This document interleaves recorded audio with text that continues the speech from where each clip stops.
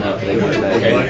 They convened the whole thing. Well, the board yesterday considered it one of the promises. She had to go get medicine and she had Operations, the operation, we're taking Other guys, you have a folder too. I do. I brought it. Hey. How you doing? Good to see you. You bring your own coffee. It's tea. Wear a sporting earring. Got a little start. Oh, well, You're yeah. How could it go downhill? Yeah, and actually, Have you been? good. We've reached 10 o'clock, so we're going to call the meeting to order. Beverly, if you would do the roll call. Yes, sir. Good morning, everyone. Dr. O'Halloran, Here. Mr. Emister, Hello. Dr. Robinson. I'm here. Ms. Stone. Present. Ms. Odell. She'll just get it. Mr. Jones. He's excused. He emailed me. Mr. LePackett. Yeah. Mr. Cole. Here. Thank you. Good morning. Good morning. All right. Let's just, we're going to do the approval of the minutes. Okay. Do I have a motion to approve the minutes from last month? So moved. Second? second. Any additions or corrections? Hearing none, I'm going to bring it to a vote. All in favor of approving the minutes, say aye. Aye. Raise your hand, actually, probably easier. All right, we're going to move into presentations, and we're going to be introducing Congressman Jack Kingston. Oh, there he is. I lost him right there. He's our representative from Squire Patton Boggs in D.C. and does our legislative work up in the Capitol. So good morning, Jack. Good morning. I tell you what, y'all start so quickly. I'm not used to this. I'm from Washington. 10 o'clock means 10:15. Starting means 10:30. So, I think everybody knows Brianna Foran, and Brianna has been very involved. And I just brought my notes here, but I don't think I really need them. So, I can, before I go into the presentation, let me just say we really appreciate working with y'all. We thank you for your business, and if you have anything you want me to start with, I'll go where you want to go. Otherwise, I'll just walk you through things. Helen's back on the board. Helen's been a friend. She told me immediately this morning, I only want to know how much money you're bringing in. And that's from the friendly side. So, let me go ahead and I will get to Helen's question right off the bat. We've brought in over $7 million, and as you know, as community leaders, anytime you get anything done, you have to be a link in a chain. So it's been because of the good work of the board. It's been because of your staff, and we've worked together to look for these opportunities to make things happen. Your team in Washington, along with Brianna and me, Carolina Medeiros, who actually worked for the Department of Transportation, Rodney Slater, who under President Bill Clinton was the Secretary of Transportation, and then a new hire, Bill Schuster, who Kat has met with when he was in Congress, but he was the chairman of the Transportation Committee up there. So he knows all the folks, and as a matter of fact, his chief of staff went to work to be chief of staff for the big Secretary of Transportation, Elaine Chao. And then we have Elaine Hillgrove, who's on the team, and Brianna. They should get bigger photos, and I already got mad at the team about that. But this is the number. In the time period in which you have hired us, y'all have paid us $580,000. It's a lot of money. But I, like you, have been accountable to the taxpayers, and I always like to say, we are a profit center for CAT.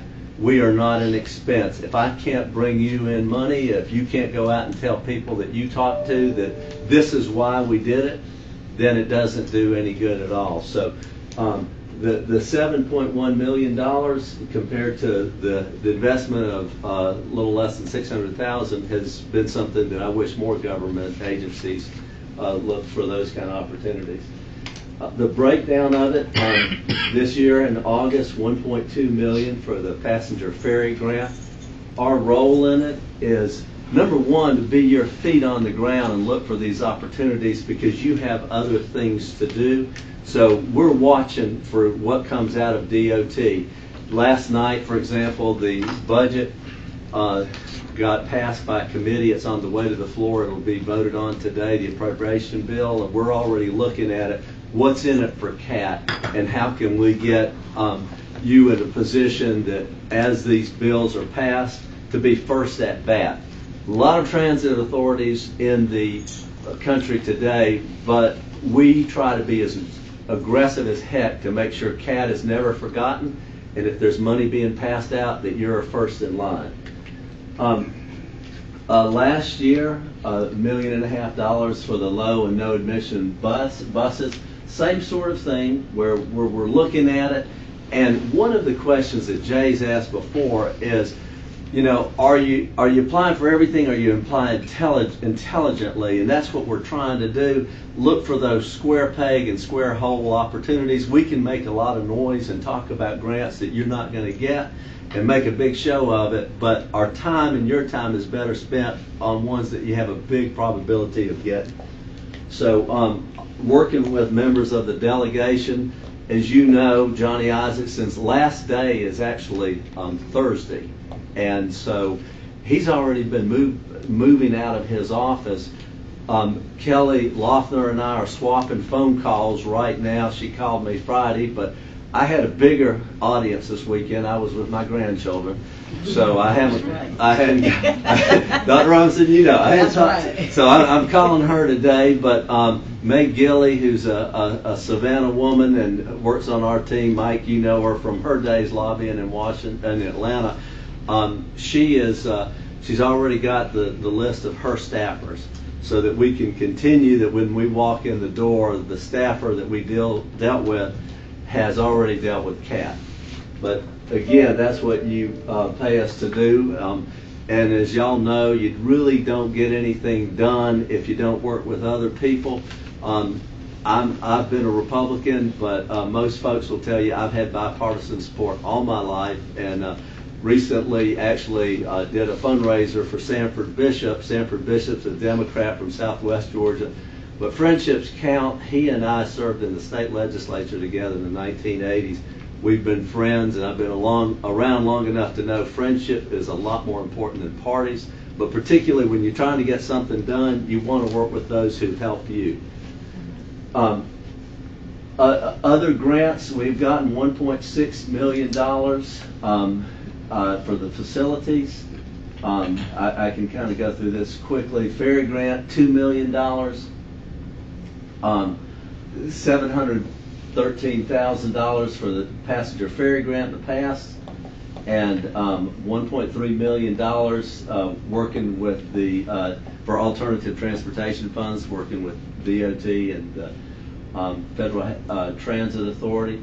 Other things that we try to keep our eye on it, there were some earmarks that in the past had not been utilized. We went in there to find out, could you use those? And that was an opportunity that did not work out for any of us just because people didn't want to let go of the money in other areas, but we were trying to be predatory and say, well, if Waycross or Brunswick didn't use an old earmark, let's bring it here to Savannah. As soon as we told them we were going after it, they got active and said, no, you're not. But you know, we're going to continue to look for things like that. When the hurricanes come around, you play a vital role in terms of evacuation and getting people out, and we look for opportunities to say, okay, working with FEMA, where can we get CAT some grant money? So this year, I mentioned that the budget is just now passing. We will be looking for more opportunities. We think that there's going to be a lot in there, and so that's what we have ahead. And let me just stop there because you guys are going very efficiently, and I don't want to drone on and on. One of the things I do want to mention, in terms of diversity, our law firm, as you know, works with lots of big businesses. Everybody's real sensitive. Human Rights Campaign, we have received 100% rating from them for 3 or 4 years straight, 100%. the Affinity Bar Association, who tracks, it's not really a matter of hiring Hispanic or women or African American. It's a matter of how many billing hours do you put in it. And Ty, you know that a lot of people, they want to know, okay, how many hours. We've received awards from Affinity Bar for the last 3 or 4 years for every category. We work with LBGT, a group called SAGE. We do stuff for that. So I think one of the great things about Savannah, our heritage has always been eclectic, and I think that Squire Patton Boggs reflects those kind of eclectic values that we know the importance of people working together and doing our share of the lift. So I think in terms of law firms, you're not going to find one that has a better proven and awarded and recognized track record. So that's our report, and let me yield the floor. Go ahead, Helen. Thank you. Jack, during this past storm Dorian, which was not a direct hit for Chatham County, but the governor did order an evacuation. We're having trouble getting any reimbursement for that, and we spent a whole lot of money. Is there anyone that you can talk to on the state level to help us with that? Yes, we'll look into that. If you could send me maybe a memo, Beverly, if you, where you've been, who you've talked to, let's see what we can do. Okay. I mean, it just seems like a shame that because the county had to incur those expenses, we didn't order the evacuation. It was a hyper evacuation too. I mean, it was like, all right, everybody near the coast has to leave. Mhm. So, Thank you. yes. So what was the challenge getting that FEMA money? Is one of the tough ones to get. They are so slow, and we have a client in Puerto Rico who is a conservation environmental group, and that's all you hear about. Oh, we got to rebuild the rainforest. They can't get a nickel out of forestry, and all this time. And this goes Been back two to plus Harvey. years already. Yes, yeah.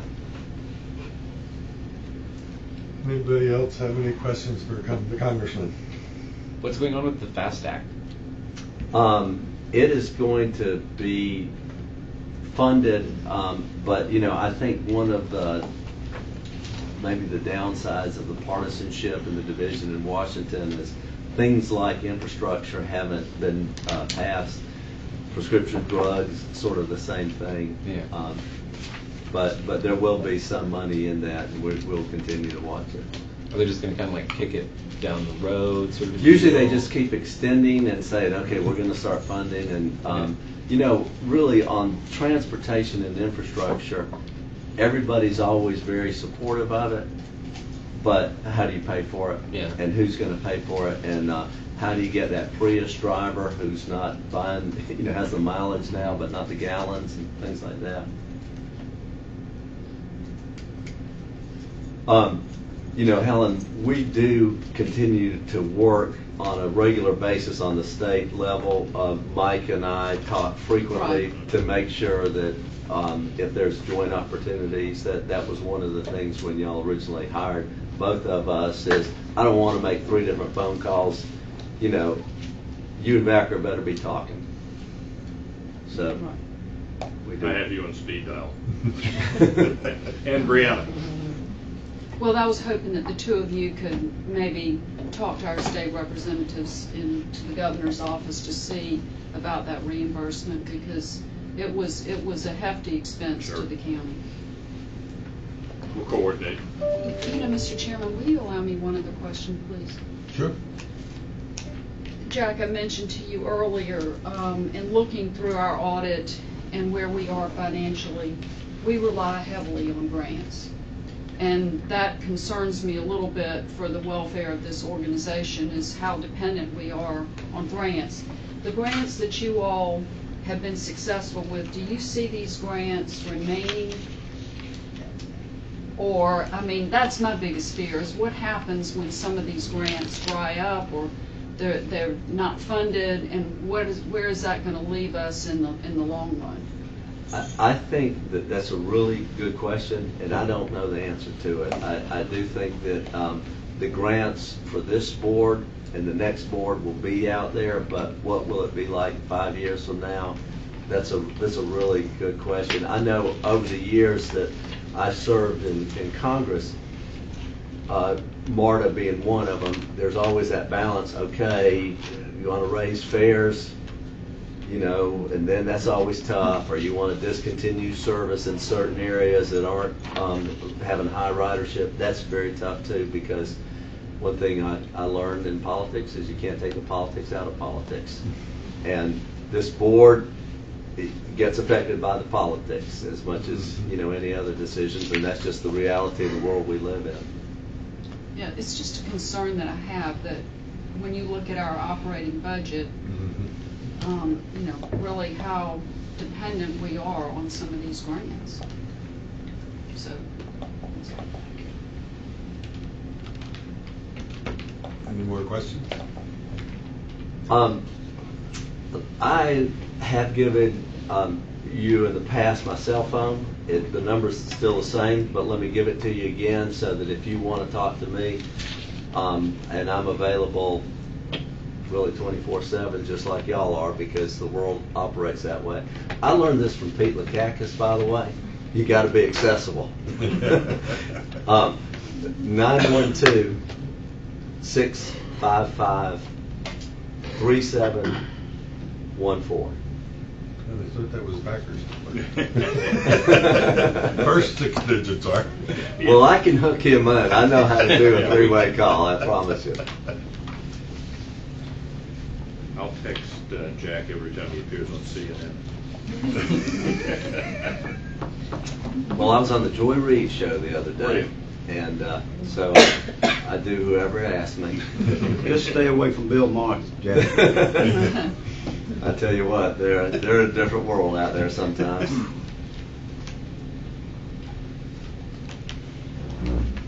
Anybody have Pete? I see a hand going up. Well, Jack, you know, we've got new people on the board and all, and some new employees and all. But I can tell you this, that Jack has done an outstanding job when he was in Congress and has made a lot of contacts. He still knows quite a few people that are serving in different capacities and all of that. And it's really good when we have somebody like Jack who has represented our area and got a lot of things for us before. And with all of his contacts that he has now, it makes a big difference to have him on board with us and his firm. Well, I thank you, Pete. And, you know, it's just an honor being from Savannah, where you do have the opportunity to work with so many fine people. I was thinking, as I saw one of the smaller signs for Joe Murray, how many times Joe Murray Rivers came to Washington, and I dealt with him when he's on the county commission, and never saw him without a smile. And Priscilla, and Helen, and Pete, all of y'all have come to Washington so many times over the year, and it really makes a difference. And so I think we're just, you know, anytime y'all are coming to Washington, it's not even have to do with CAT, let me know, and we'll see what we can do to make your trip better. And we will be there in March for the Legislative APTA Conference. Well, So we'll look forward to seeing you there, because you usually give us the grand tour of the Capitol. well, I'll look forward to it. And Michael's kind of knows his way around now, and the whole delegation was very impressed with you. And so I can tell you, I've been in lots of meetings with lots of clients over the years, and but you had the right touch, because you got to know, if they want to talk, you talk. If they don't want to talk, get right down to it. Yeah. You hit the ball out of the park. So, well, okay. Call me if you have any questions, and Brianna and I will be around. I'm real tempted to say some real sad news right now about Brianna and I. After 15 years, she's decided she's going to do something else. Where are you headed? I'll be here in Savannah. Very cool. Coming home. Staying home. Very cool. Thanks again, Jack. Thank you. Appreciate everything you do for us. thank you. I can't get past the agenda, the first page.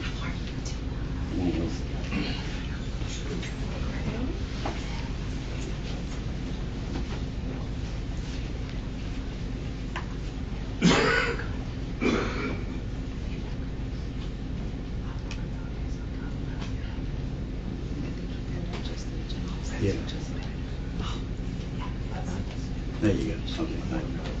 You okay there, Ty? Yeah. Yeah, I have to have them line me up every time because I only use it once a month too. All right, let's move on to the next presentation, the audit transmittal. I guess that's you, Terry? Who's doing the audit? The audit, yes, I'm sorry. Good morning. The fiscal year 2019 audit was completed last month. As customary, we are transmitting it to the board.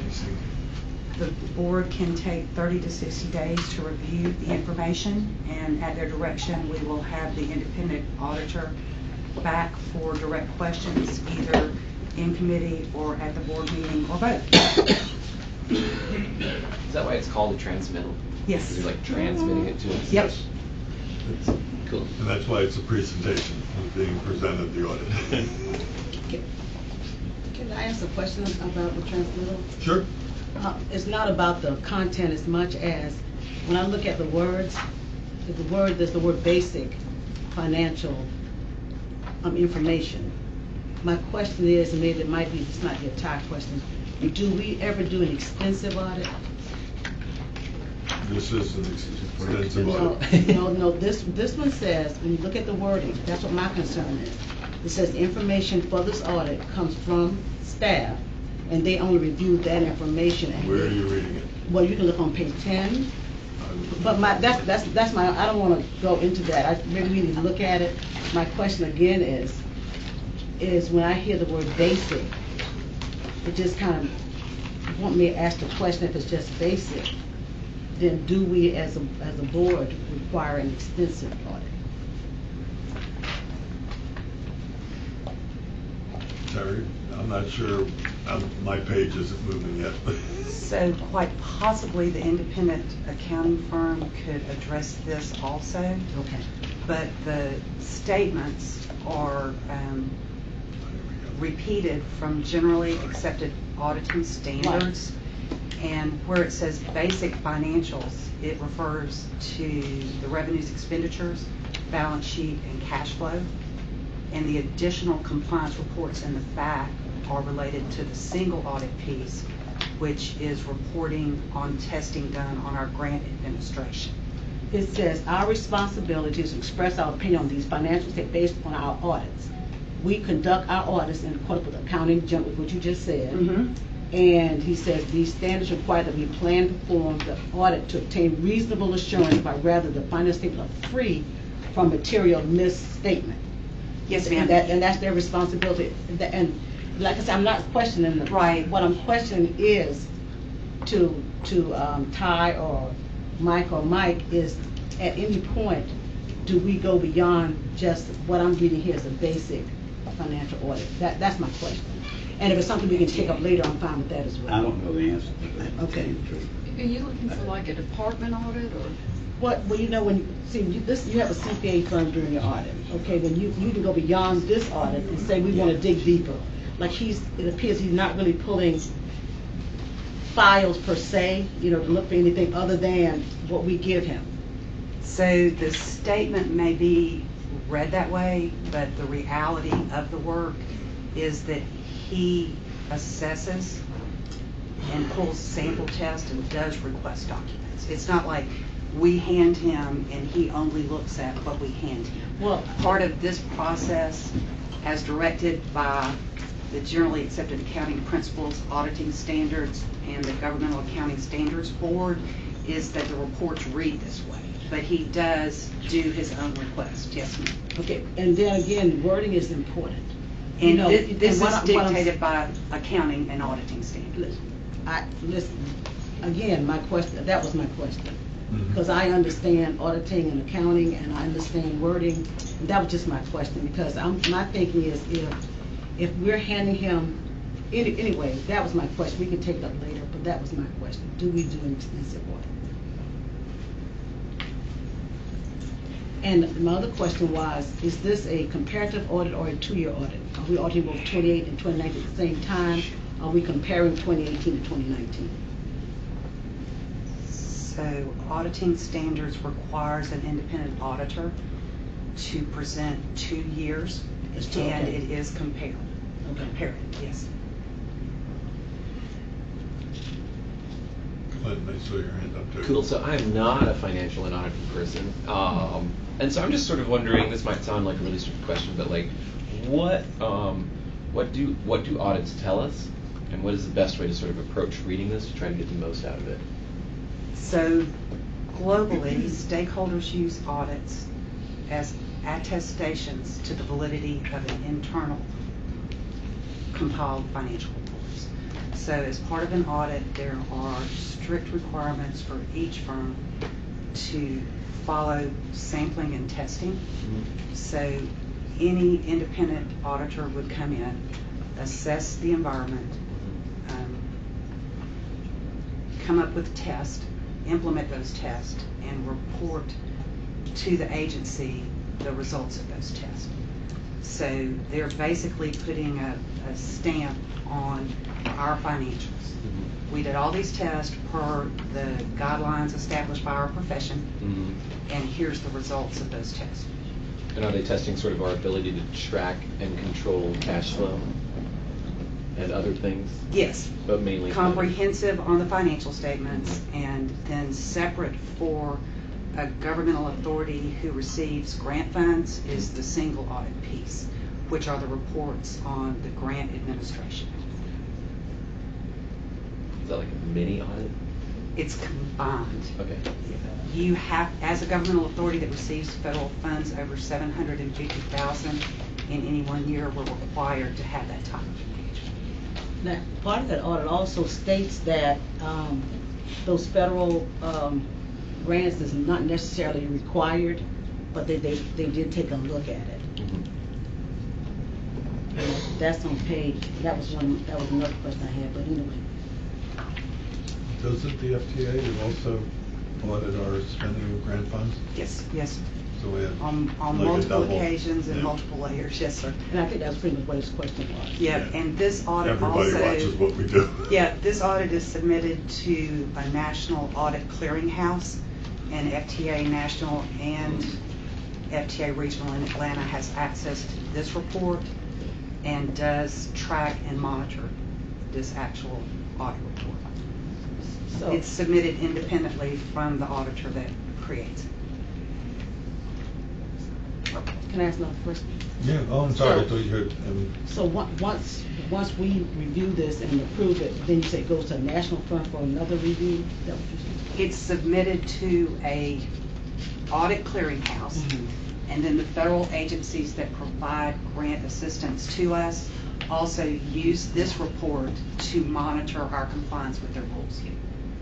So there's an electronic submission to a federal clearinghouse, and the FHWA and the FTA, and anybody who we receive grant funds from can access that report and use it to monitor their grant administration piece. But that goes after we've decided that it's a go. Be February, after you have a chance to talk to the auditor, get all your questions resolved, then the submission to that clearinghouse happens then. any other questions for Terry on the audit? We're assuming that Duncan will be coming in next month. Right, we can ask him to be available for the committee meeting or for the board meeting or both. I think the whole board, everybody might have, because otherwise he's gonna be here for 6 hours. Right, We need to do historically, he one. has come to the board meeting Yeah. after the transmittal, so we can move forward with that plan. And I think what we have in place where the governors meet, the way we meet as a governing, the executive committee meets, Mhm. which would be a good time for us, to talk about it, and then Well, he we're doesn't gonna have to need to invite come him. to both, but he No, doesn't need to come to both. he only needs to come to this Right. one, because he'd have to come to all four Right, other no. meetings. Yeah, I think he'd prefer to do it one fell swoop. yeah, but the committee structure is such that in each committee, if we have any concerns, we can bring it forward to the executive board meeting. Yeah, Okay. but we're gonna schedule him now, because he might not make it if we wait too much longer to ask him. Yes. So we'll schedule him for January, and then I think the board meeting alone should be enough. If we have questions, we can ask them internally before that, because Terry has that committee Sure, or you can send your questions to Mike and we can get them to the auditor in order Yeah. for him to Right. be prepared. But he's done it both ways. Yeah. So I've we been can have him for here in the last January two. to answer any questions. Fun? Oh, Oh, I thought you sounds had great. hand up. Very Tabitha. cool. Where are we at with the RFP for the new auditor contract? So the proposals have been submitted, and staff is evaluating those proposals per policy. And as soon as that evaluation is complete, the recommendation will come through. Hopefully next month, but no later than February, in order to give time for transition if we change. Any other question? All right, let's move on to action Thank you items. for transmitting. Yes. It's kind of It's a a weird fancy word process for with the way distribution. it's been Way too done. fancy a word. I'm gonna use it a lot more often. Yes, It's the county template. those templates. All right, Mike, you want to start? You have the action items? Thank you, Mr. Chairman. Request board approval, extended maintenance agreement for CAT's phone system. CAT's current phone system maintenance agreement is set to expire December 31st of this year. Service and maintenance of our phone equipment is necessary to restore the equipment to normal operating condition in the event of malfunction or outage. CAT previously purchased a Avaya phone equipment, and this equipment is still in good working order. And as such, CAT staff sought to obtain quotes for companies that would provide service and maintenance for this existing equipment without the need for a costly system-wide phone equipment purchase. CAT staff contacted three vendors, but only Converged Communications was willing to service and maintain CAT's existing phone equipment, as other vendors are not willing to service and maintain CAT's existing phone equipment. This is a sole source purchase. We have the motion and second, and then we can have discussion. I move to accept. Second? Second. Okay, questions, Tabitha? Who did we purchase the phone system from? Converged Communication as part of an RFP in May of 2013. And where are they based? Their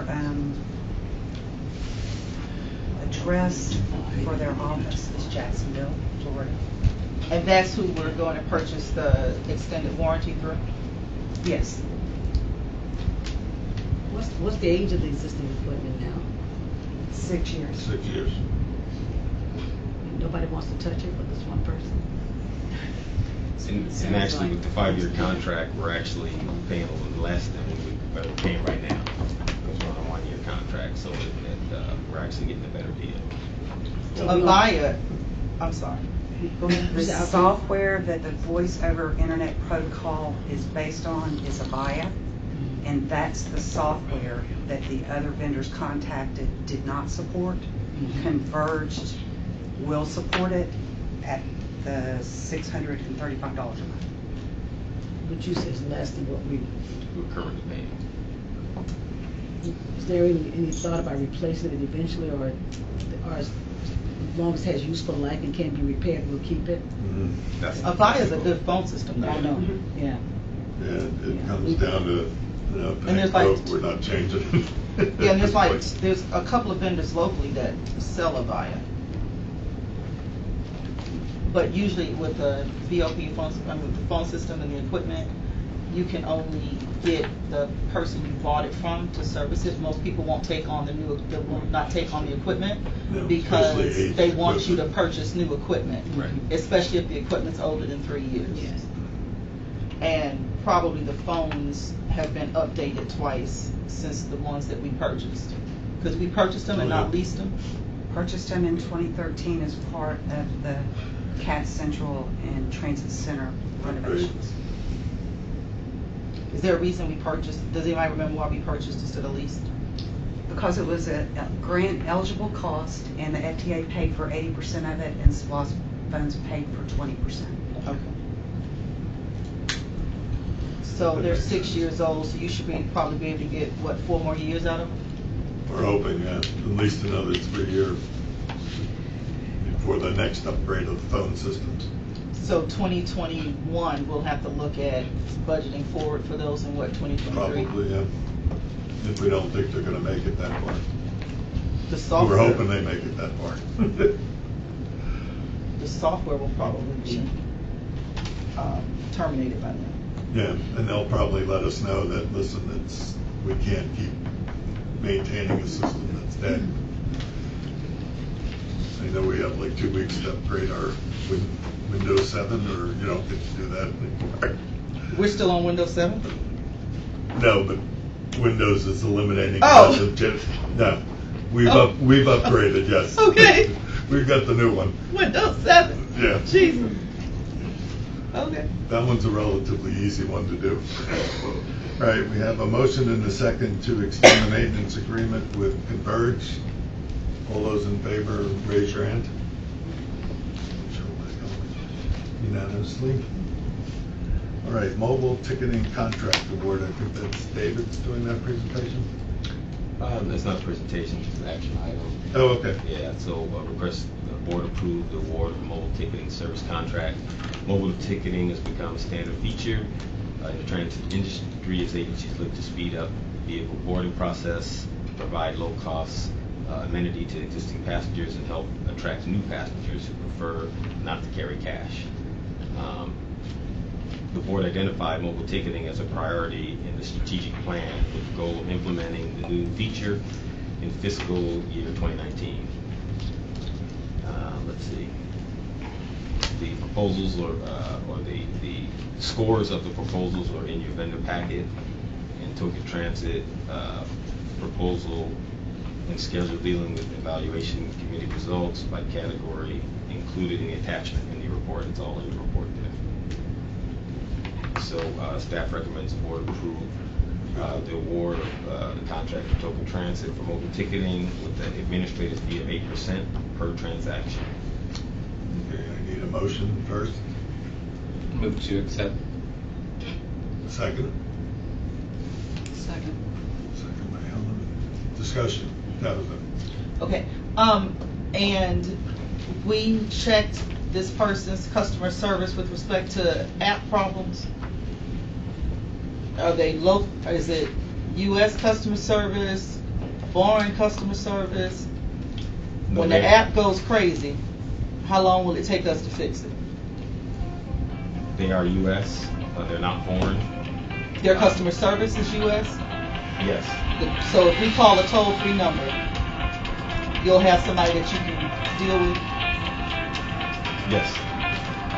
They're based out of, I believe Token Transit is out of the Bay Area. And, How responsive are they? Let's call them. Well, I'm just wondering if the app goes down, if the app goes crazy, we'll be inundated with calls because the app's not working. Or, so, you know, customer service on an app is going to be like seriously important.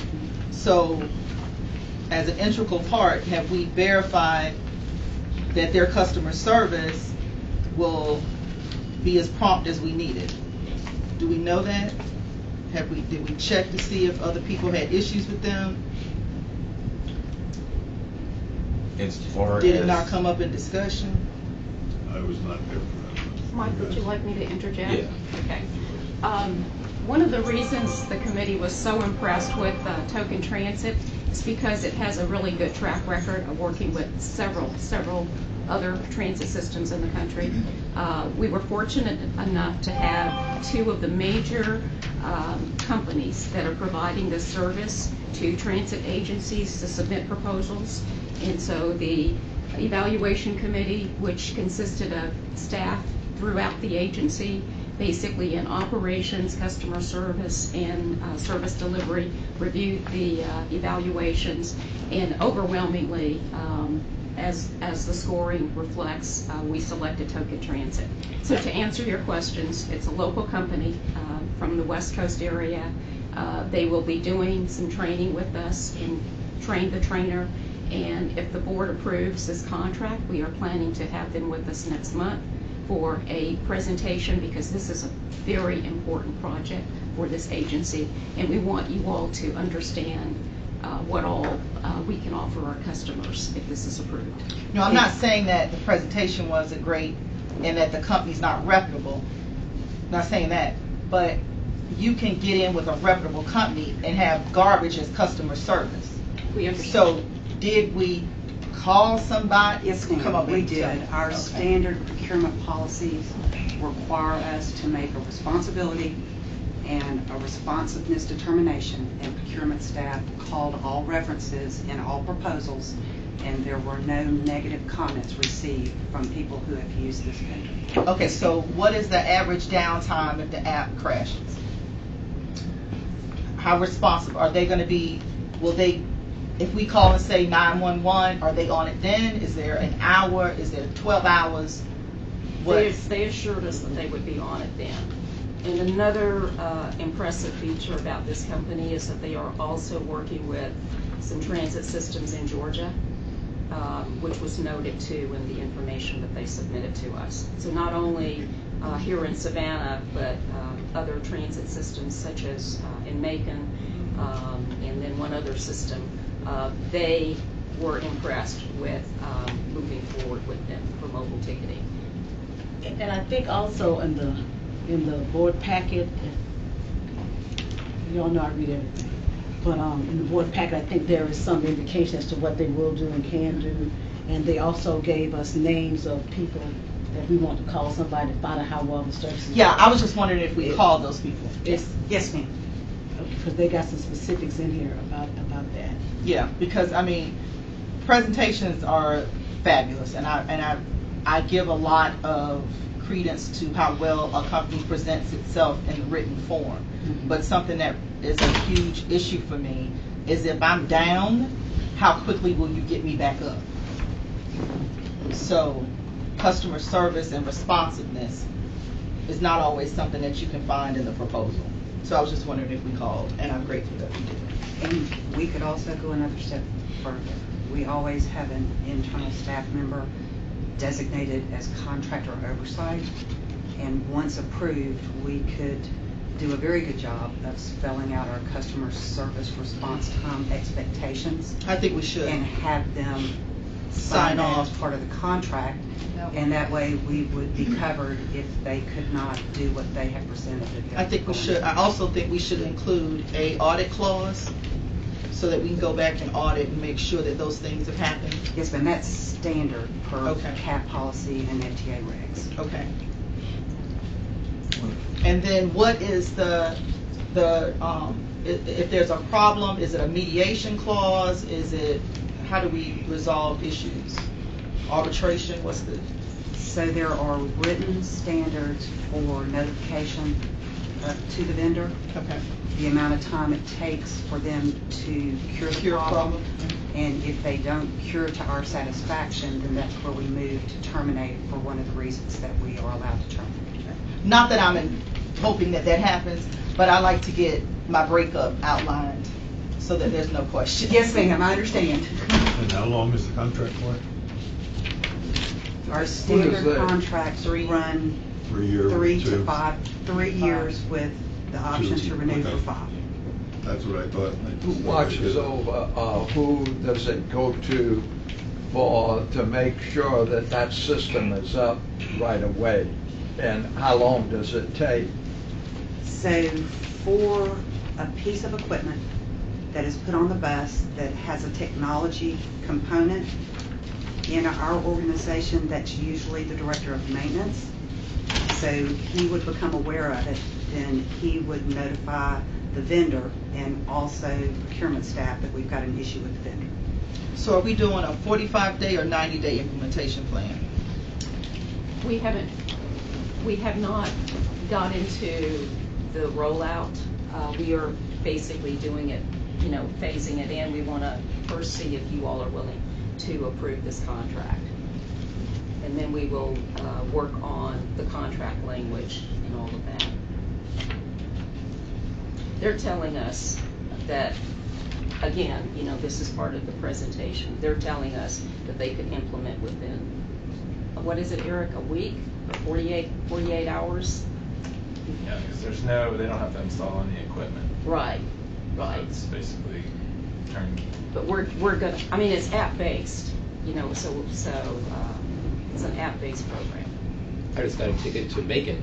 Yeah, Mhm. very cool. And Athens is the other one. But we listed the agency. But we understand your concerns, based on, our last experience with the app. Yeah, because you'll have to install the equipment. No. Don't you have to install the little in all the buses? Are we gonna do this? It's app-based. Yeah. There's not To a keep thing in the bus to read it? To keep costs down. We're going to phase this in. And again, we will bring them in next month so that they can discuss what all we are purchasing during the first phase. There is an option to install the hardware on the buses, but if you keep it app-based. Well, how does the bus read it if you So don't if you install look it? on, Commissioner Odell, if you look on page 21, Yeah, I saw the little box. right, that's just sticks onto the fare box, and you just tap. But we're not gonna go with that, right? We're gonna Not start during the with first this. phase. So tomorrow or the next time I use this ticket, it'll be maybe a picture of a volcano or a kitty. But today it's a lake. But how That's does the bus driver read it? They may have another app. It's like a flash. You can order your tickets and you can show it to the bus operator, and then it will change each day. And so basically, it's sort of like, it's like a flash pass. You can implement it that way. If we want to go to step 2, then we order the hardware to install on the buses. How do you? The validators. But so you just gonna flash your phone and then the bus driver's gonna what? Hit a button and say this person's on the bus? Systems are Accountant? doing it. Over 100 systems around the country are using token transit. And how much are the little blue boxes? On page 20. I thought the whole idea. We didn't cross that part out, did we, David? I thought the whole idea was to get the ticket flashes the little blue box, it counts, and in each bus counts. How are you auditing that? No, like what I'm looking for is that you can purchase a ticket on your phone. Yes. I care That's less what it is. about Yeah, how you it's purchase a validated. ticket on your phone, and then the driver needs to count you on the bus. Yes, And the either the driver- driver or this little blue thing. Yeah, the driver, Yeah, currently, they the just said we're drivers not get a getting the little key. blue thing. They get a key for an all-day pass, they get a key for a weekly pass, monthly passes. That's how we count the ridership. On the existing fare box. Yes. So Commissioner Odell, I think you're remembering the extended discussions we had when we first started talking about the strategy. Yeah. And there were various alternatives, up to and including a standalone scan pad on the bus or some versions Is of that it. this little blue box that I'm talking about? Well, That's yeah, it could validated. be. So those are more expensive, time-consuming, capital-involved alternatives. So this alternative is more economical and easier to implement, and it will give us a feel for what percentage of our passengers are going to use it before we make a capital investment. I think that's where the planners shifted from the original conversations. You can buy this technology in a fare box so that it's all integrated, but for us to replace our fare boxes and add this component would be over $1 million. But I thought we weren't gonna replace the fare box, we were gonna get this little thing that's stuck on the fare box that read it Bluetooth. And maybe that comes after we get a feel for how many of our passengers are going to use this alternative payment system. Okay, so how much is the little blue token reader? I heard Patricia say earlier that they didn't cost that option because this is the economic, quickly implemented option to try. Right. If we buy them and we don't use them, then they're just a waste. You can always add them to the system. Right, but So we're we not didn't gonna want to know, invest. we're not gonna know how much they are? So we didn't want to invest substantial setup and capital money until we knew if demand was going to allow us a positive cost-benefit analysis. Yeah, but This is this the whole trial. proposal shows the phone working with the token validator. It's their canned sales proposal. Oh, okay. Yeah, it says an That was example submitted. token transit validator. And you have on it. alternatives that you can accept or decline. And the option that staff who evaluated the proposals decided was best for us at this time is this abbreviated standalone app-based alternative. What page is that on? Because I didn't read that part. I must have missed And it. this actually goes back to what Grant was talking to us about, I think in January, the original proposal. Everything we Mobile talked ticketing. about was the little blue thing. I remember. Right, and he had That was part of it. he had a Yeah, sample but that of it was an too. option. But that's a hardware. I mean. Then y'all must have talked about that in committee. The only thing I remember is the validator. We have in the app on the phone. The phone has like those little squiggly things. I can't even think what the word is now. But you scan it. QR codes. QR codes. Yes, ma'am. That's what we talked about. Don't So- tell me we didn't talk about that. We did. Oh, we did. We talked about that Okay. There were a lot of long-term options. capital investment. Right. And then we have had in the budget for the last couple of years, $10,000 for this stopgap alternative that would give us a feel for. Right, but I don't percentage of- see the explanation for the stopgap alternative. Because I would have remembered that and wouldn't be asking all these questions. Right, it So was is it in in here? conversations over a year ago. So this proposal is only for this app-based alternative payment system. No, not this one. The piece of the proposal that we are recommending the board approve I is know, only but that piece. where's that part in here so I can read it? Because I'm not clear on this stopgap part. I'm not understanding the auditing process of that, the counting process of that. If I can read it, I'll be fine. I just want to read it. Okay. Because everything that I read and everything that I understood was the implementation of the phone with the QR code and the token reader. I don't remember, and it could not have, maybe it didn't take place in my committee. I'm not saying y'all didn't have a conversation. Right, I think But it took where's the- place during the evaluation of the proposals Okay. internally, and we're presenting that information to you in our board report. One of the commissioners asked in committee to see the proposal, so we included the entire proposal with the board package. Okay, but where is just this portion that we're buying into?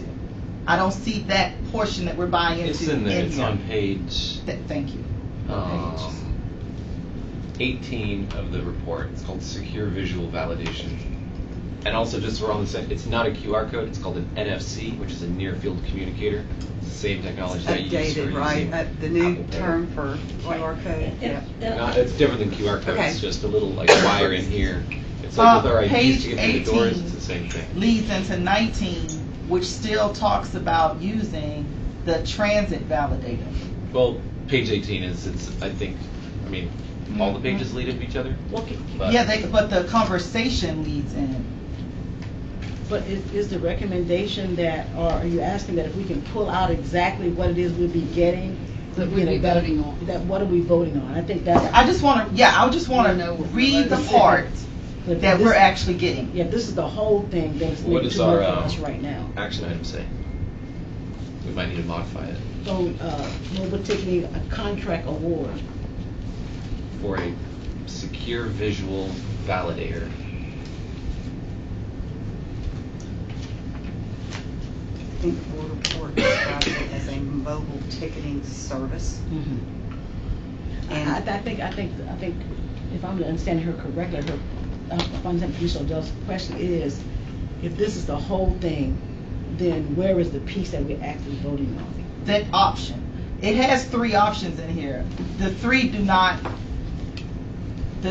still call for the validator. And in third-party applications, it is calling it a dynamic visual QR code. Yes. Okay, so I didn't make up QR code. No. Okay, But the one with the blue device that you tap your phone, that's using an NFC technology. I just want to make sure we're using this right, because words are important. Yes. Words are important, but where are those words in here? But look at page 20, it says attached to any fare box. It's a different alternative Does that and help? not I the just one want- that staff is recommending. Yeah, but we're not getting the part that's attached to the fare box. So I just want, I just gotcha. want the explanation of the this is alternative what, 4? I just want that, I just want that, I don't know. This is what the that is. first phase of the project. No, but I don't see where it's written Yeah. out so that I can understand the process. We're gonna bring them in next month, The alternative if you all they recommend. approve for us to go forward. This is the project that that you all approved in our strategic plan last year.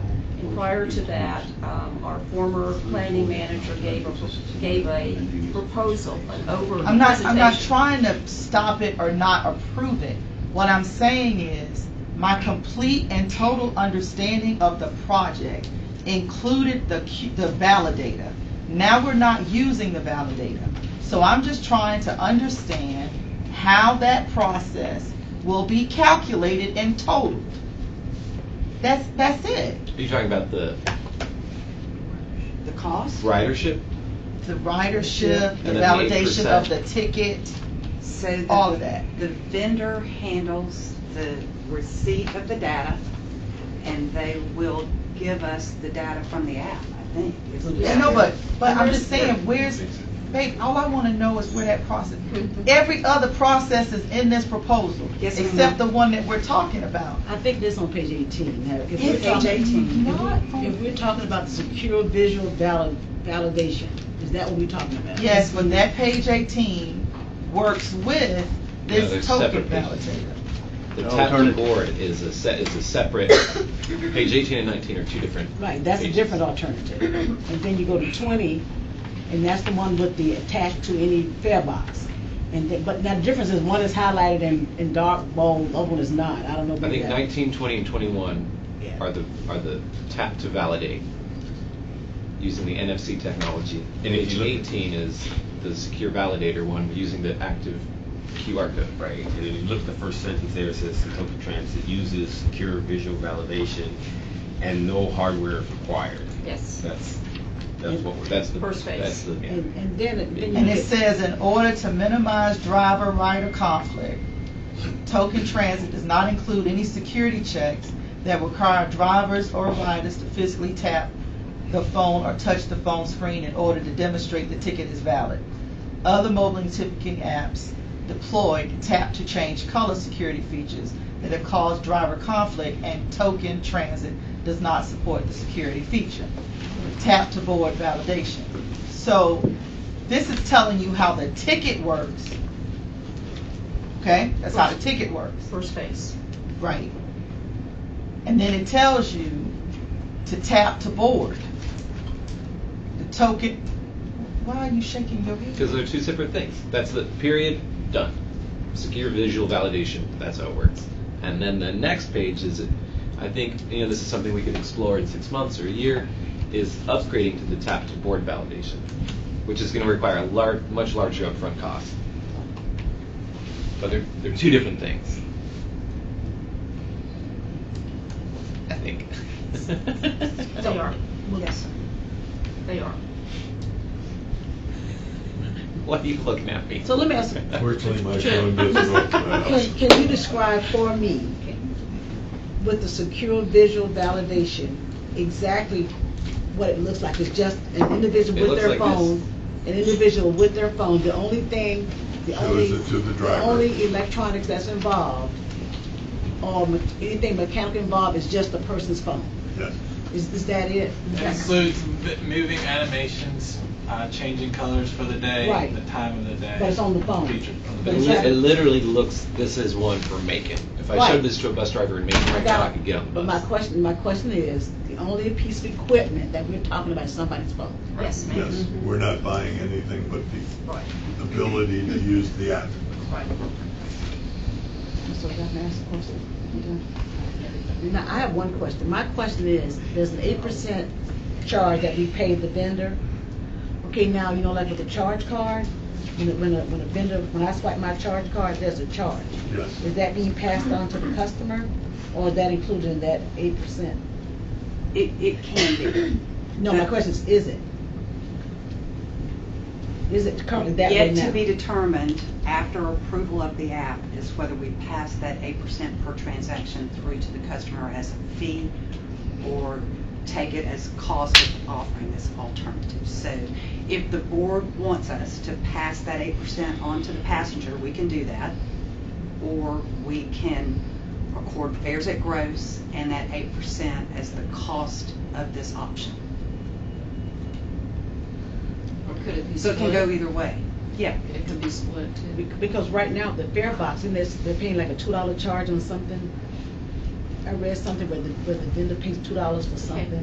What you're thinking of is our web-based online program that we Uh-huh. implemented in October. Uh-huh. Yes, that's what you're thinking about. Right. What we're trying to do, of course, is give our customers more options to buy tickets instead of having to come down here and buy a monthly pass. Right. And so, again, all of that was listed in the strategic plan that was approved by this board last Mhm. month. Mhm. So that's what you're thinking of. Okay. You're thinking of the third-party vendor for the web-based program.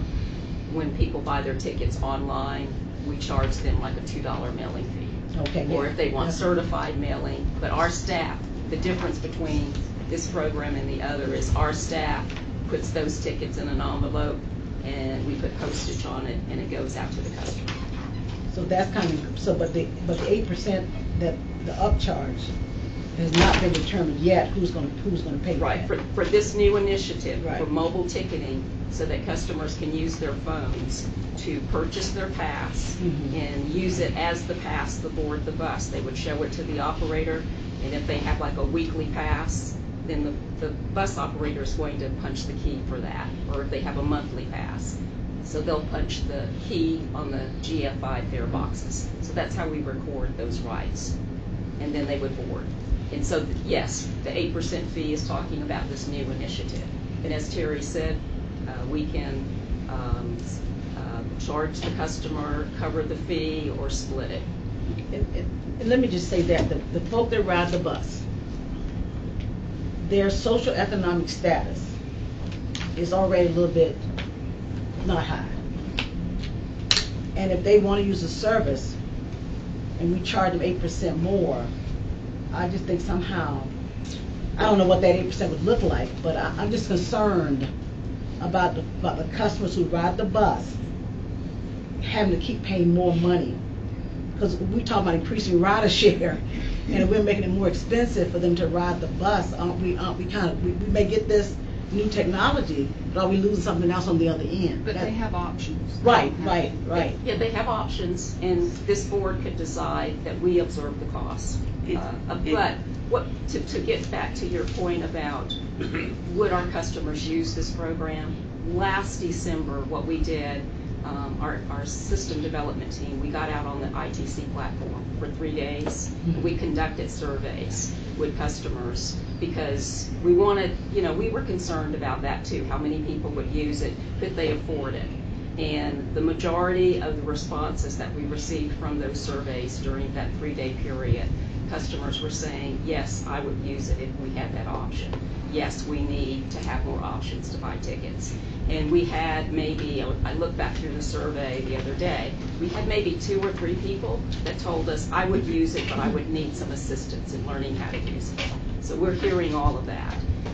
And then at our community meeting earlier this month, it's my understanding that customers again expressed interest in having more options to purchase their tickets. Well, Besides coming down. I agree with that, but I'm sure they don't want to have to pay more. We all want more options, but are we willing to pay for them? Yeah, most Can businesses we absorb afford that to pay cost. for them? You see, that's all. My concern is about our customer base, and have we really considered how this will impact? If you own a smartphone, I guess you can. I don't know, but Definitely not. And we- 70% of people have smartphones. Yeah, exactly. Low income too. Yeah. Yeah, and we asked that question on the survey too. Do you have a smartphone? Yeah. Do you have a data plan for that? Well, the good thing is they do still have other options. So, Yeah, but my concern again would be with the 8% being passed on to the customer, is that the best route for us to take if we consider our customers? We're really concerned about our customers. The only place I've ever seen that passes that on are gas stations. They charge you more if I'm you talking use a right now credit about card. this app right here. There are a lot of places that pass it on Right. if you want to use an electronic option. Yes. Absolutely. If you want to buy concert tickets online, you know, What there are fees. So we're looking at an estimated $900 to $1,500 a month, Yeah, a small year amount. annually. Handle that So that initially. wouldn't be, Yeah, if we didn't pass that on, Yeah. it wouldn't be. Yeah, I'm all about you talking. My base concern is what it always is about. How does this impact the economic status of our customers? Right, I and remember- that's why we got out there to do those surveys, because internally we had those discussions. Oh, yeah, we want it. Yeah, we And want it. Mr. Brown We have to actually take that. suggested that we probably should survey our customers, so we got on it last December. Yeah, and I think when we had these original discussions, we planned to initially eat the percentage of the ticketing fee. It's 12 cents per transaction. ticket. Yeah. That's on a And full we have single day looked fare. at other transit agencies our size, and that's where that $900 to $1,500 annual cost estimate comes from. And it is clearly an eligible fare collection cost, so we would not be required in any shape or form to pass that 12 cents on to our customer.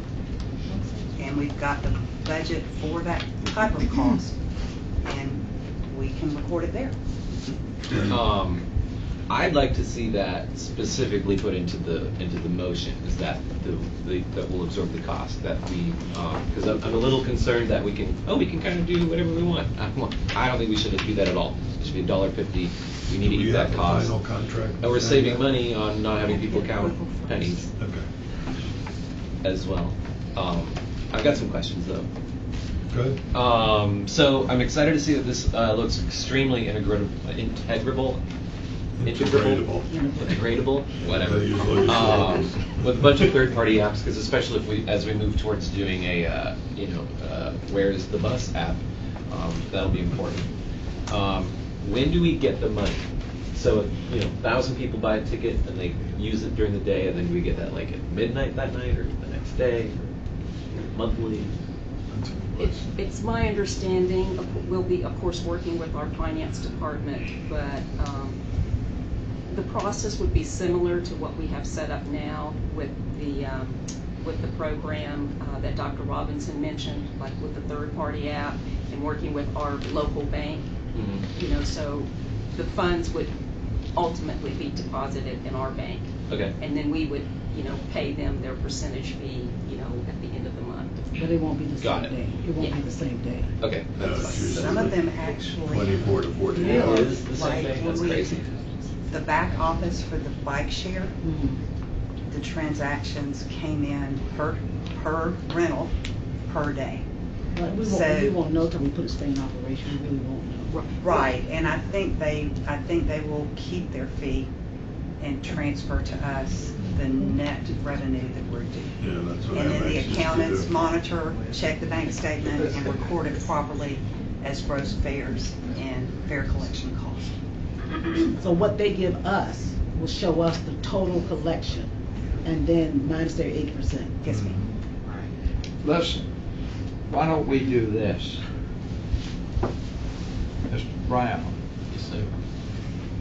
get all of the questions that were asked and get the answers for it so it can be brought out instead of this going on and on with this situation. That's the best way to handle it, when you get all of the questions and the board members, we can give you the questions and get the answers for it, and then all of that be presented, and let's put it on some paperwork. So, as one of our board members just said, they want to read it so that they understand it also. So I think that really will change things and make it in a more palatable way. Well, now this is getting ready to go for a vote. Are you recommending that we No, we would have to, it's Table it? already been It would have to be Yeah, tabled or voted on. I'm asking, he's saying present questions to limit this conversation, which we were getting ready to vote on it now. What is he actually asking us to do is my question. Because this is the place where we air these discussions now, am I correct? Well, honestly, this has been in discussion since January of this year. And we got to this point where we authorized the staff to come up with the company and a contract for our approval. But now that you said that though, what that creates for me is to go back to what Tabitha just said. You know, I'm sorry, Commissioner Odell just said. Tabitha's fine. And she said that in January, you did have a discussion. But what's being presented now does not look like January discussion. That's, I think. This is exactly what we discussed. This is what's in their proposal, but we opted at more than one option. We discussed this with the token box. We're doing a different option that I'm not really clear on, but apparently everybody else is, how it's gonna work. And so but what we discussed, and they probably discussed other options in committee or something. But in here, we talked about this little validator. Yeah. And can I just say this, and please take no offense, is that because I wasn't here in January, so I'm hearing this concept for the first time, and what I'm hearing is some disparities in what was said in January and what's being presented now, and I think that's where the discussion part is starting to come in at. I think if what was presented in January was what was here, we would have voted on it, we've been on our way. So we can table it. So no, I don't want to table it. No, we're not tabling. You're not listening. You're not listening. What my point is. No, you have two options. We either have to vote for the contract or table the motion. No, we can have a discussion, and that's what we're engaged in. So, I mean. But that's not something we need to be doing at board meetings. If we're not ready to vote on the contract, we can table it, discuss it in committee, and then bring it back for approval. Well, we can't always discuss it in committee because we're not all in the same committee. But it goes through that. It's going to would go back to the strategic planning committee. They would make the recommendation to governance, and we would bring it to the board for award. Well, isn't that what we're doing now? Well, evidently there's discussion beyond we're ready to vote on an award. We're ready. Yeah, I don't think we're not ready. What I asked for was the written explanation of the process that we're going with, because it's not in here. Y'all say it is. I don't think it is. I'm not trying to stop the process. I just asked for the written explanation so that I could read it and be clear on the process. Well, if it's not in here, then we're not ready. No. I don't see what she's looking. But we haven't been able to. Does anybody know where it is that she's looking for? I move that we vote for it and just keep it processed. No, we're not doing that. I'm not doing that. We can't do another motion. We have one. Let's vote. That's on the floor. Then we can just vote. All I'm saying is, this proposal includes the token box. We're taking a different option. Yes. I asked for that written explanation for that option. Mike? I just wanted to address Clinton's question. It's on page 36. It takes 2 days for the funds to be processed and the reports and the 48 funds. hours. So 48 hours to answer Clinton's question. I thought 24 to 48, very few do it overnight anymore.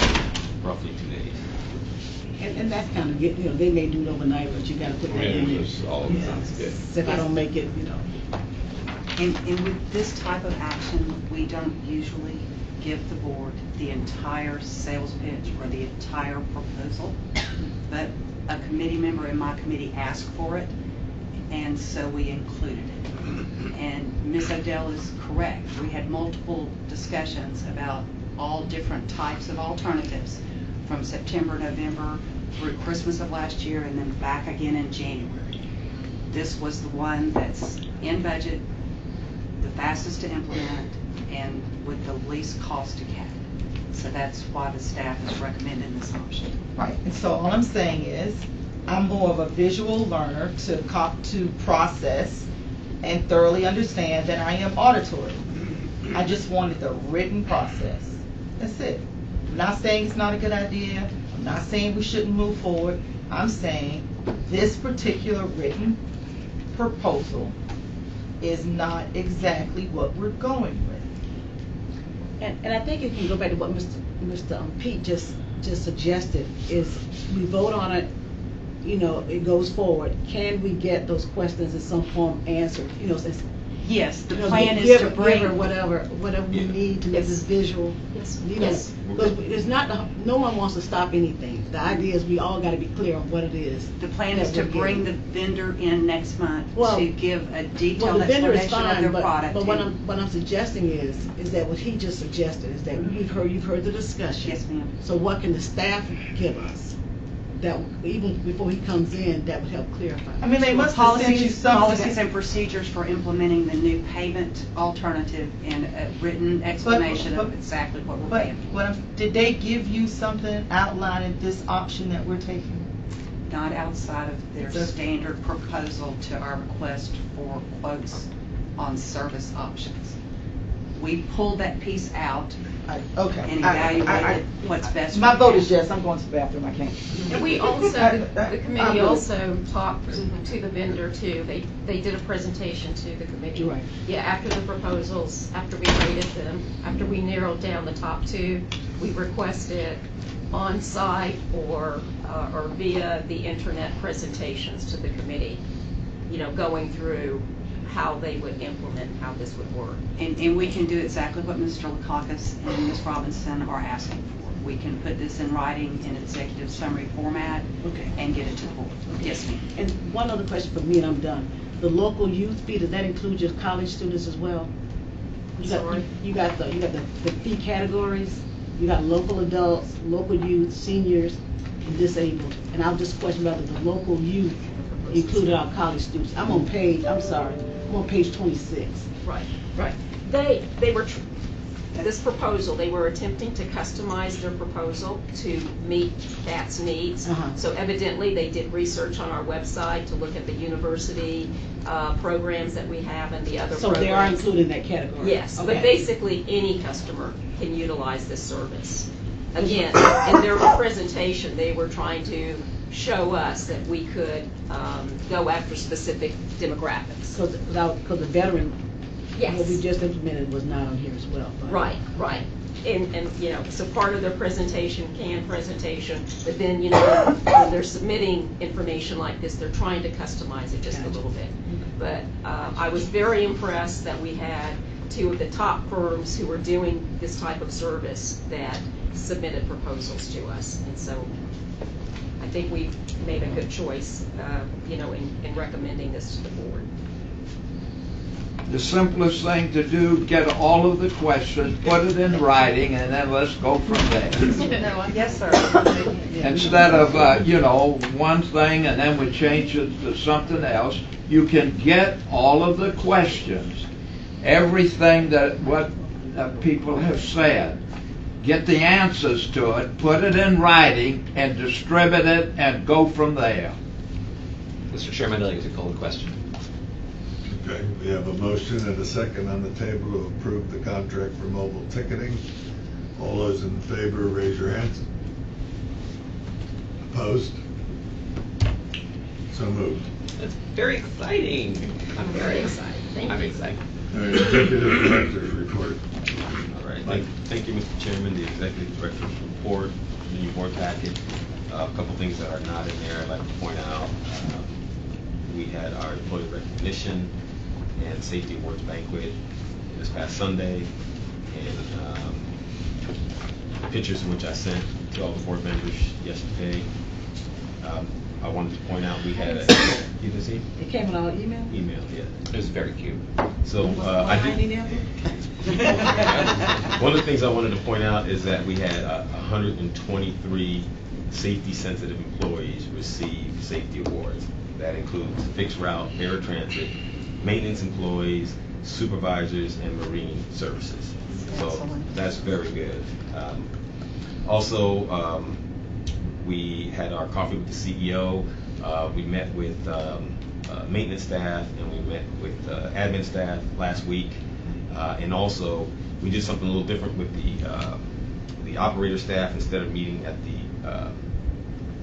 the the office there. We came to the platform here and met with the operators, and it actually turned out better than we thought, because not only we had coffee and donuts for our operators, but we engaged with many customers at the same time. And Eric was able to sign up 5 customers for our newsletter, and the customers really appreciated the fact that we were out there. And that was an unintended circumstance, and it was actually a delightful circumstance, because we didn't. It was supposed to be for the operators, and it turned out to be not only for operators but for our customers as well. So I wanted to point that out as well, and I'll be happy to answer any other questions you have on the executive director's report. Any questions, anyone? Okay, let's move to unit updates, service delivery. Right back to you, Mike. So moving to service delivery, again, the service delivery report is in your packet on your tablets. A couple things I want to point out. Again, going to safety, the numbers reflect what I just mentioned about the safety awards that we handed out. Our safety record continues to be very good. I also want to point out the fact that we had a 17% increase in our paratransit ridership, and we improved our passenger per hour at the same time.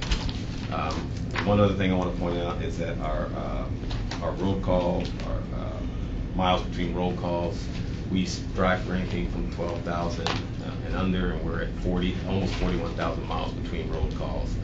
So that's another important and a good stat for the maintenance department. And again, I'll be happy to answer any questions you have on service delivery. We're saving money. Helen, go ahead. I was still focused back, and I don't know whether this was a more appropriate question for when we get to the financial, but I'm still looking at this ridership overall. We're still down. And our efficiency is not where it needs to be. So my concern going and looking at especially the audit is that if 37% of our budget comes from grants, and it's the largest percentage, again, I'm concerned what happens if the stability of those grants wavers. I mean, we're going to be in trouble. So I still would like for us to be looking at other transit systems around the country, seeing what's going on with them, if they are experiencing the same, or if there is an area that is experiencing positive ridership or positive growth. What are they doing? What are we missing? So that's just a real, I mean, in looking at this audit, you just never know, you know, how long these grants will be in existence. And certainly, Squire Patton and Boggs has done a good job, no doubt about it. But if the grants aren't there, he can't get them. So that's just, you know, I just, in reading that, it troubles me that we're reliant very heavily on grants. It's the biggest part of our revenue. Commissioner Stone, a little additional information. On the fiscal year 2019, the 37% is higher than an average year because we received $8 million from CERTA. So it was kind of an odd year. It's not the average that 37% of our revenue comes from grants, but because we got that influx of those 18 buses and the $8 million revenue, the piece of the pie got bigger. In any normal year, 52% of our money comes from fares and transit tax, and that grant revenue is smaller, but your point is still well taken. We are relying on half of that every year. This year, we had a good year. And did we have a good year because of those grants? Or did we have a good year because, It's twofold. The $10.1 million increase in capital assets is $8 million related to the grant revenue for the 18 buses that were delivered, and the rest of it related to board and staff focus on sticking with the budget and realizing the operating bottom line. I just want to bring that and put that on the table, that it is a concern of mine, because from administration to administration, you don't know what's going to happen. Correct. And we are relying on 3.7 million a year, 1.2 to reimburse us for 80% of maintenance, and then another 2.2 at 50/50 for operating costs. Yes, ma'am. Just a concern.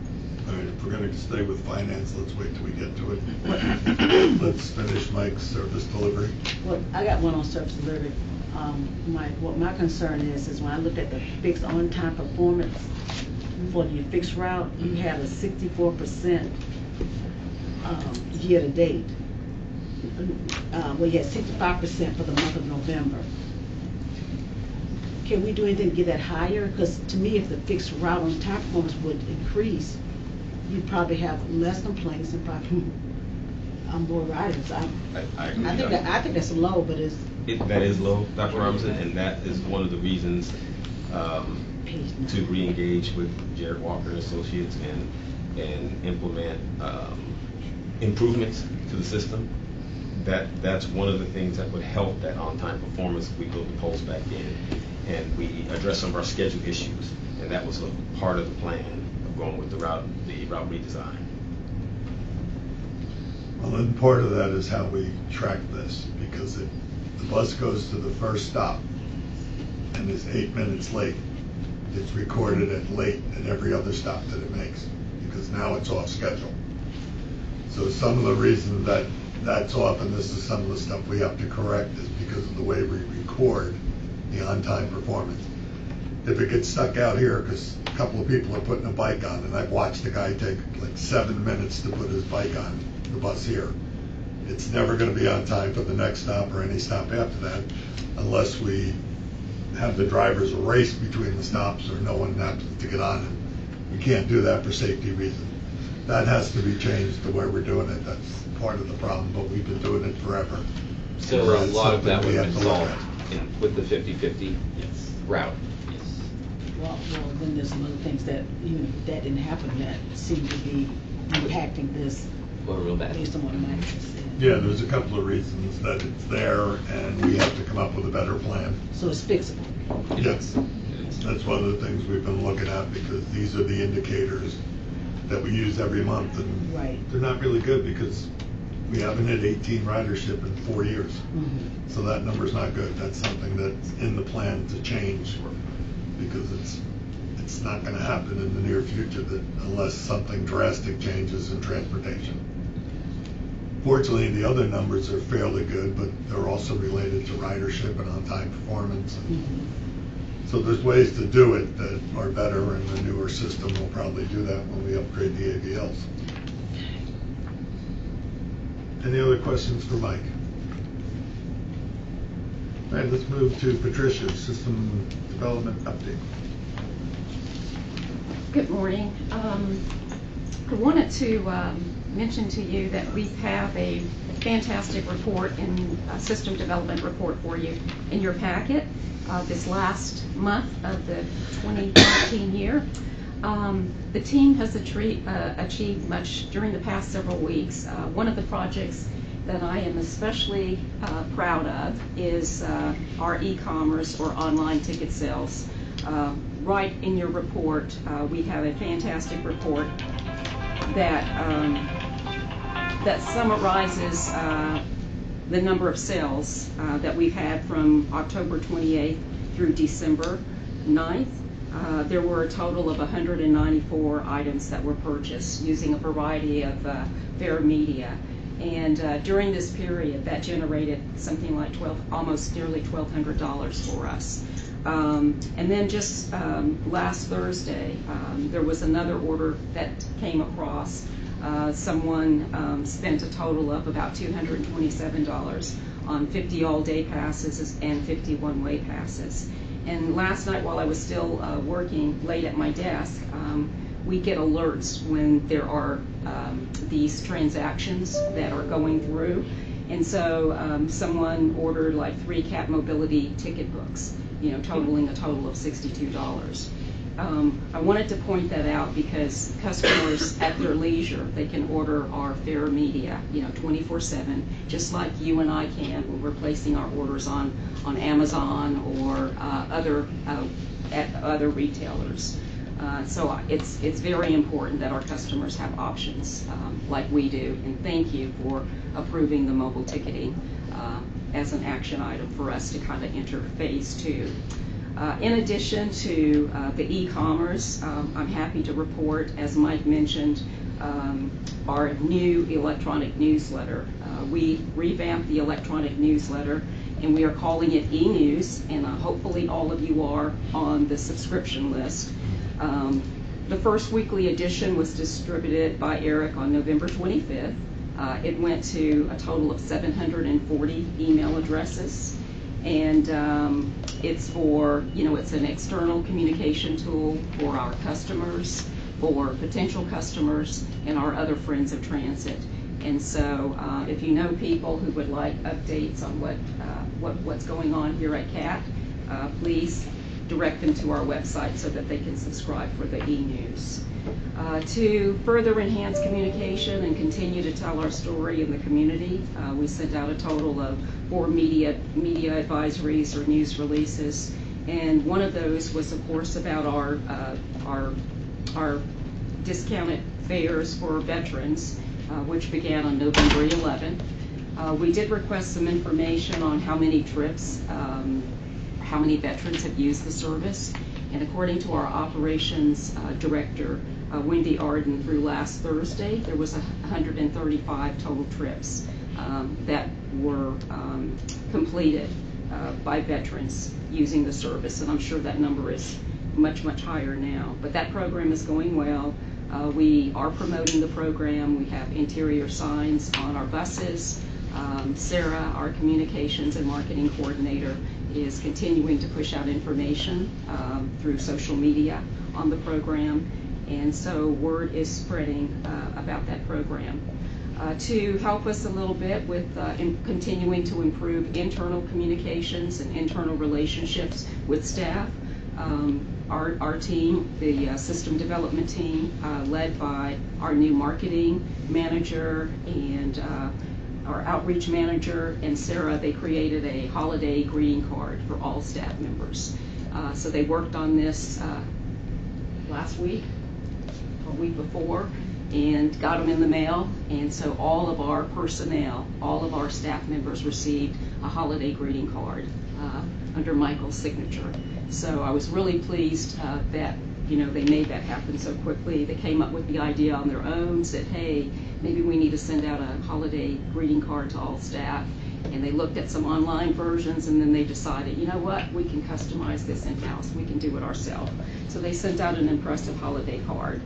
And then we are also working on marketing materials for the upcoming January 22nd event that you all have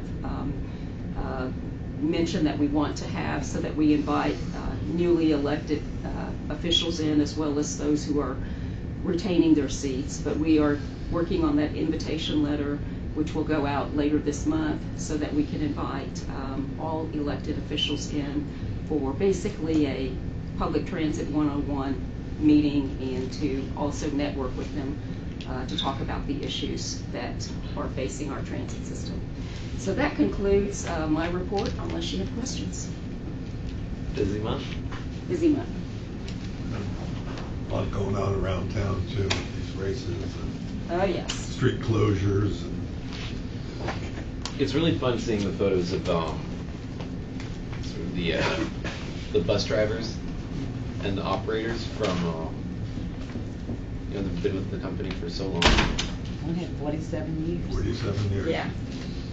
Yes, Sarah and Valerie, they really do a nice job on that. Yeah, there were 740 plus, I think. And the food was good. Oh, and our holiday event? Yeah, it was a nice event. The When we had building something I was can eat, it's nice. always good. And it was a pretty good turnout from what I thought. There Yes. was a lot of people there, Larger which is than nice. last year.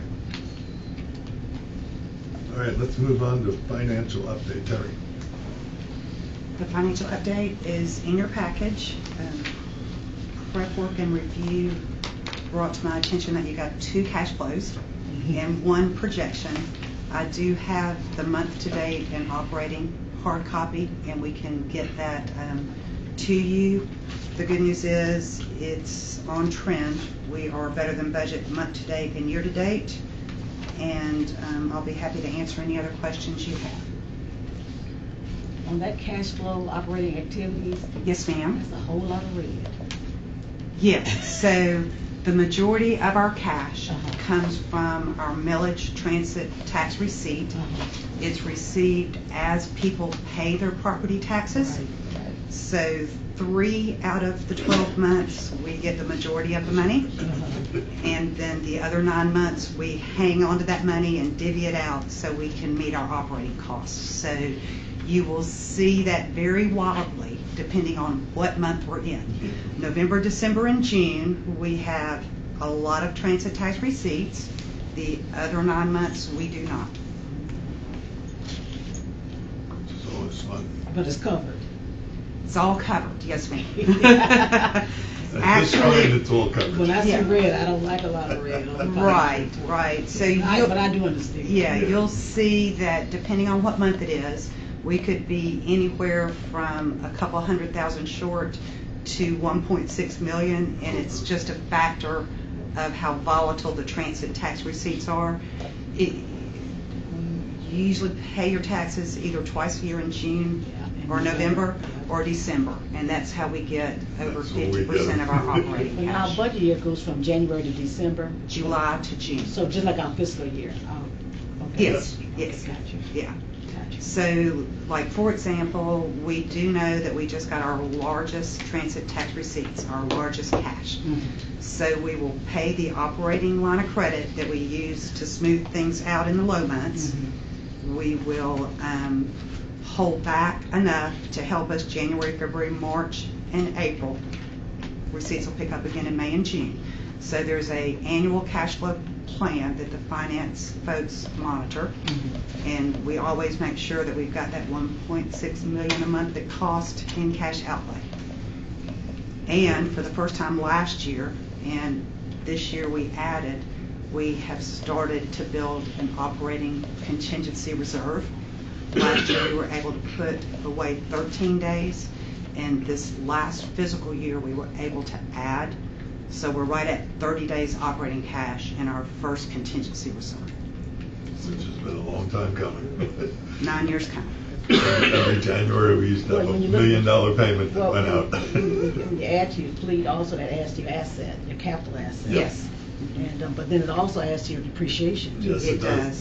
So- Yeah, Yeah, I 8 worked million. for the yep. seasonal business, and that fluctuating tax revenues coming in is a nightmare to try to plan with. The finance staff looks at it month over month for the whole 12 months.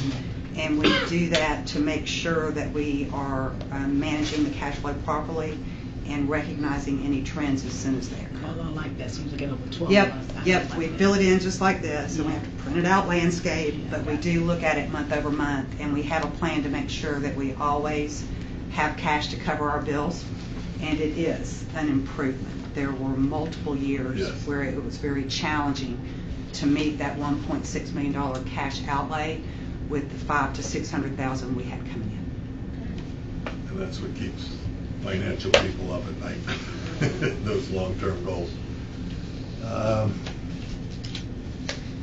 Anybody have any old business? I've got a couple more questions just on. Oh, you're on, sorry. I'm grants. sorry. The, I didn't know we were still in finance. So it kind of seems that there's two different types of grants we get. There's grants that we kind of like, that you just sort of get because you're a transit agency, and they're kind of, I wouldn't say locked in, but I'm just going to use that Locked term. in. And then there are grants that are like exceptional grants, which are grants that we might reach for and may not get. Yes. Am I right? Yes. Okay. So there are program funds that the FTA allocates every year to, on a percentage basis, to transit agencies in each utilization zone area, UZA. Okay. So CAT is the only public transportation system that is a direct recipient of FTA funds in our UZA. So as such, we get an annual apportionment of FTA Section 5307, 5337, and 5339 funds. Those come to us based on a national formula through the FAST Act. Got it. then we, But we see those as grants on yes, the cash. they come in Yes, as those are grants. Mainly right now, the 5307 is used in our operating fund, Mhm. and the remainder are used towards priority capital projects. The other type of grant you're talking about is a discretionary grant. Got it. We get notice of funding opportunities during the year. They have varied timelines for development and submission of an application. And internally, we view every opportunity, try to find a relevant and realistic project, and draft and submit a competitive grant. So the ferry boat grant, the West End dock grant, the low and no emissions grant, those are all examples of discretionary competitive grants. Then the 5307 capital and the bus and bus facilities that come in every year are what we call program. Okay. So you're Program right. grants. Program or annual apportionment grants, and then discretionary competitive grants are the two categories. Those are the challenging ones, because we don't necessarily are guaranteed an award of a discretionary. And I think a better percentage to answer your question would be how much of the grants are actually, since they're all listed as grants, is discretionary versus almost Well, locked in. Absolutely, but my point going forward is from administration to administration, even on the operating grants, you don't know, those could be altered. Well, yeah, they can go up or down. That's true. They can go up or down, Right. suspended. When the government closed down a few Right. years ago, there was We 6 don't get weeks paid. of Right. no cash in. Right. Cash flow, red numbers. It's very stressful. So, yes. Which is partly why we've been pushing to get this contingency fund established But what I like, and what he maintained. was asking though, is if you got the locked in grants, although they may fluctuate. Program. I mean, Program grants. Program Yeah. grants Mhm. versus what you gotta Discretionary. go after, discretionary grants. I think if we knew what percentage that was, I think that would maybe help a little bit in our concern. I'd be interested in that too. So, last year, I think the schedule of federal awards in the audit shows 6.9 million, split right in half. Half of it was annual apportionments, and half of it was competitive. With the audit, it's reported as the projects occur. Right. That's different than the amount of money you are awarded Mhm. or given in any year. So in any year, our annual program funds are about $4 million. 3.7 for 5307, about 400,000 give or take for 5339, and another couple of hundred for 5337 funds. So all of those different sections have different purposes.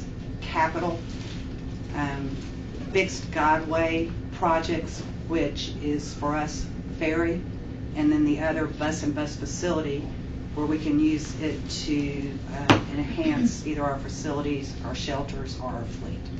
So that's about 4 million. And depending on how successful we are, or how consistent and stable the national funding is, we may get another 3 to 5 and as much as 15 when we got the state grant for $10 million in any given year in discretionary. So it runs about a half and half, and we do have more fruitful years where we could get a $10 million grant from the state that's not repeated, that would skew that. 2/3 discretionary, 1/3 annual and program. It's a challenge, and they're currently reevaluating the FAST Act. Yes. It's going to have to come up for a Yes. vote in Congress. Hopefully affirmative vote in Congress. That affects the amount of, and the continuation of the annual amounts, but also that the can be up or amount down. of discretionary pots that are out there. Affects both of them. And ridership plays a part too, Terry, in those program grants, correct? Teeny tiny part at the bottom of a very long formula, yes. Yeah, if we have no riders, they're not granting us any money. So, But there's a need to increase ridership. yeah, passenger It will help, miles yes. divided by this, taking the limit of this, down a couple of pages, divided by a factor that's based on ridership. So everything we do comes into play. It's reported in the National Transit Database, and the government uses that in their allocation formula to decide how much we get. The last 9 years, it's been a couple 100,000 on either side of 4.3 million. in that fund just guessing. I love it. Yeah, it's a difficult way to run business, but we don't have many other choices. We can't go without FTA funding, so.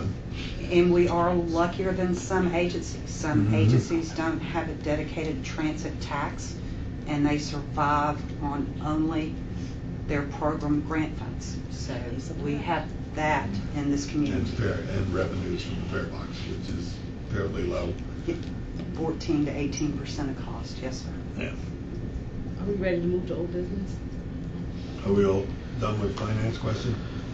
I just want to add a note before we go to that, having gone to the ACAD, SCOTI, and all the meetings about disability, if we've noticed on the ridership, and it slipped my mind until now, I hate bringing it up after financial, but our numbers are increasing rapidly. Our system was designed when we started this to handle 500 trips a day. We're now at 600. We are going to be in the near future having to look at adding more vehicles to handle this increased traffic. I'm going to get the committees looking at it this month because, of course, we're going to have to probably look for grant funding of some sort.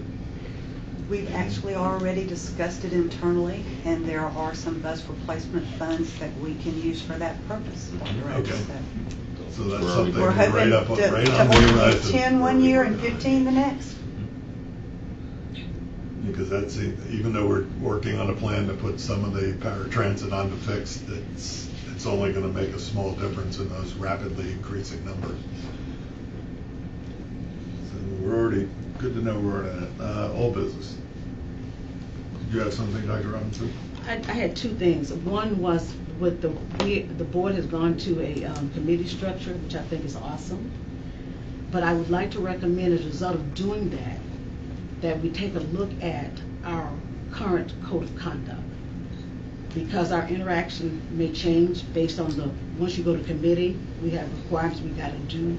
So that's just, right now, we can talk about that later, but we need to look at our overall code of conduct is one of my recommendations. And that would be your committee. Right.